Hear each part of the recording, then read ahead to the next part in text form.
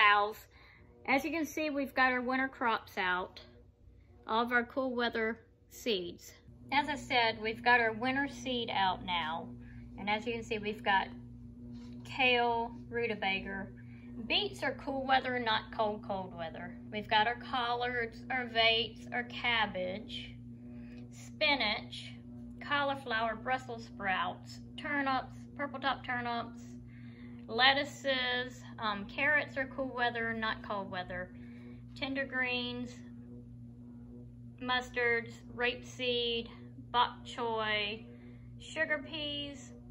All of these items are cool to cold weather crops.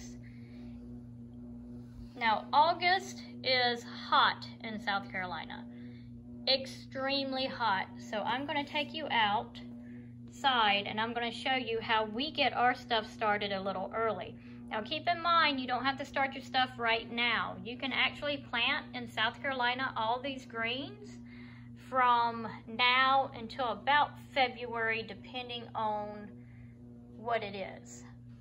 So you can plant into the ground late September if it cools down, October, November, December, January. Now, the last 3 years in South Carolina, February's been one of our coldest months. But frost is not going to kill these crops. Frost actually makes them taste better. You would have to have a hard freeze in order to kill this. So in other words, the temperature will have to be frozen. The ground will have to be frozen for like 2 to 3 days. And we just don't get that very much in the mid-state of South Carolina. So let's go ahead and take Miss Junebug out. Here's a picture of our shop. Junebug! Junebug! Junebug is totally ignoring me. Pretty much like my last 2 boyfriends. Hey, Junebug! Again, Junebug is not excited about planting winter greens, but I am, so let's go ahead. The first thing you want to start with is good soil. So I'm going to show you what we use. This is the Sungrow 3B mix. What you want to do is take 1 bag of this to 2 bags of black cow. Black cow is composted down cow manure. It doesn't have any weeds in it because, number 1, cows have several stomachs to digest everything in. Number 2, it's been composted down. And we come over here, this is some okra, volunteer okra, that really likes the soil. Look how nice that is. Next thing I add is my worm castings. 1 bag of that. And then I make a big pile over here, dump it all in, and then take my cute little feetsies and mix it all up.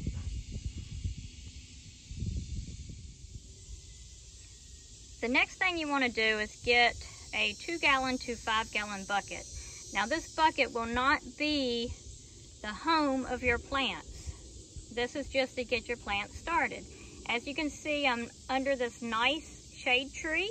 I have filled 2 of the buckets up, and it's very important to label your buckets. Now, I label my buckets with some vinyl decals, but you can also write on them or put a plant marker in them.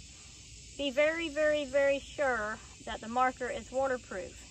If not, then you won't know what you have, because greens coming up look all exactly the same.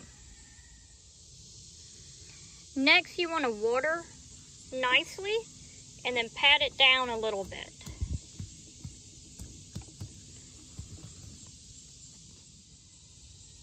Now, these are broccoli seeds. As you can see how tiny, tiny, tiny these seeds. The reason we pat the soil down is because these seeds need to pretty much sit, you see how little they are? Pretty much sit right on top of the soil. It's called surface sow.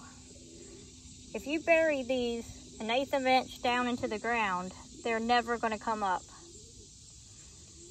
They were meant to be right on top.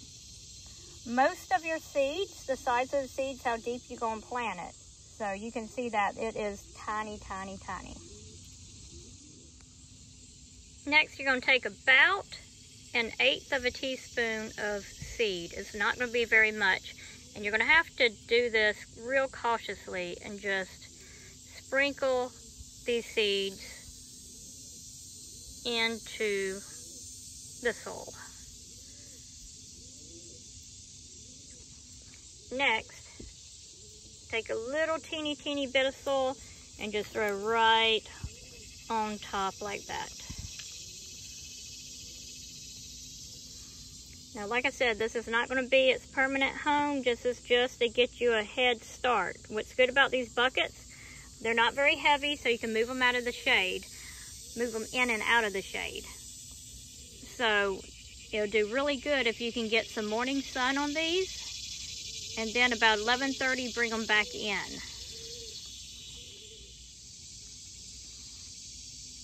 These are some plants that I planted in the buckets about a month and a half ago.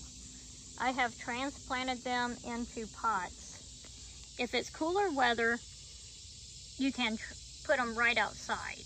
If not, then you need to just replant them into some pots when they get about this size. As you can see, the stems on these are really thick, and that's what you want.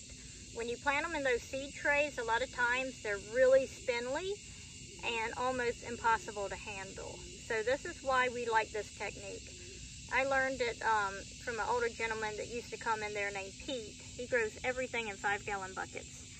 Now, like I said, you do not want this bucket to be your plant's home. It's not enough soil. If you're going to plant most of this stuff, like collards, cabbage, and broccoli, is going to need at least a 20-gallon container per each. If you're doing mustards, turnips, stuff like that, you don't need quite as big as a bucket or a pot. So this is how we get our garden started at SALZ, especially our fall stuff. And I want to remind you about our SALZ box that we have. This is a gardening course that comes complete with the seeds, and the August box is packed full of stuff for your to get everything started. It's very inexpensive, about 30 bucks a month. That includes shipping, tax, and everything. It's a lot of fun, and you'll get a lot of good hints. Local seed. We also ship seed, so if you just want a little bit here and there, let us know. And this box is good for the beginner. It's really good, especially for somebody with a small backyard garden. So I hope you'll subscribe, and let's get growing, South Carolina. Thank you.